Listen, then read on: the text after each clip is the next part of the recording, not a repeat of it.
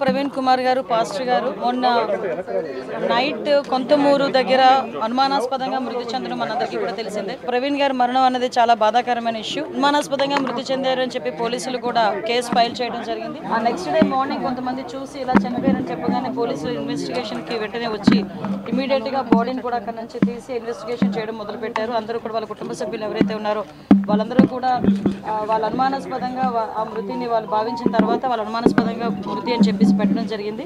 Immediate గా నేను కూడా ఎస్పీ గారితో మాట్లాడాను, డీజీపీ గారితో మాట్లాడడం జరిగింది. గౌరవ ముఖ్యమంత్రి గారు కూడా దీని మీద ఇమీడియట్ గా ఎంక్వైరీ వేసి నిజానిజాలు తేల్చమని చెప్పేసి అందరికీ కూడా ఆర్డర్స్ కూడా పాస్ చేయడం జరిగింది.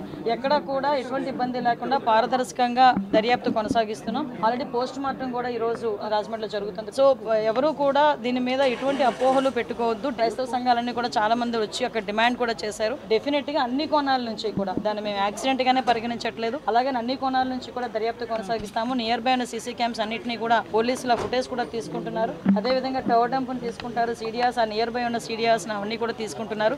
అన్ని కోణాల్లోని కూడా ఎంక్వైరీ చేస్తున్నాం. ఒక టీంను కూడా దీనికి డిప్లాయ్ చేయడం జరిగింది. దయచేసి నేను ఏం చెప్తున్నానంటే ఇది మతపరమైన ఇష్యూ, చాలా ట్రాన్స్పరెంట్ గా చేస్తున్నాం. దీని మీద ఎటువంటి అపోహలు పెట్టుకోవద్దని మనస్ఫూర్తిగా నేను తెలియజేస్తున్నానండి. దీని మీద ఎటువంటి రాజకీయాలు కూడా దీని మీద పని చేయకూడదని నేను కోరుకుంటున్నాను. ఎందుకంటే ఇది ఒక పాస్టర్ గారి తాలూకా మృతికి సంబంధించిన ఇష్యూ. దీన్ని మేము చాలా క్లారిటీగా క్లియర్ గా దీన్ని ఎంక్వైరీ చేయడానికి కూడా మేము సిద్ధపడ్డాం. ఒక కమిటీని కూడా మేము ఫామ్ చేయడం జరిగింది. ఇమీడియట్ గా అది ఏ రకంగా చనిపోయారు అన్నది కూడా ఈ నిజానిజాలు కూడా అతి త్వరలోనే మీ అందరి ముందుకు